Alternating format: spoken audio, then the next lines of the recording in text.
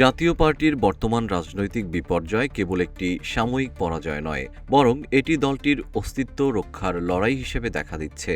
সাবেক রাষ্ট্রপতি হুসেইন মোহাম্মদ এরশাদের হাত ধরে গড়ে ওঠা এই রাজনৈতিক শক্তি, যা একসময় দেশের রাজনীতিতে নিয়ামক হিসেবে বিবেচিত হতো, আজ তা নিজ দুর্গেও কোণঠাসা। বিশেষ করে রংপুরে জামায়াতের উত্থান এবং জাতীয় পার্টির প্রার্থীদের তৃতীয় স্থানে নেমে আসা দলটির কৌশলগত ব্যর্থতার চূড়ান্ত প্রতিফলন। রাজনৈতিক বিশ্লেষকরা মনে করছেন, দীর্ঘদিনের গৃহপালিত বিরোধী দল তকমা এবং তৃণমূলের সাথে সংযোগ বিচ্ছিন্ন হয়ে যাওয়াই এই পতনের মূল কারণ।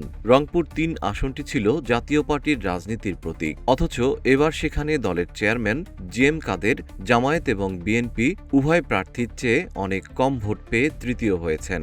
আসনটিতে জামায়াত ইসলামীর প্রার্থী মাহবুবুর রহমান বেলাল পেয়েছেন ১,৭৫,০০০ ভোট। বিএনপির প্রার্থী শামসুজ্জামান শামু পেয়েছেন ৮৪,৫৭৮ ভোট, আর জাতীয় পার্টির চেয়ারম্যান জি.এম. কাদের পেয়েছেন মাত্র ৪৩,০০০ ভোট। ১৯৯১ সালের ৩৫টি আসন নিয়ে যাত্রা শুরু করে জাতীয় পার্টি।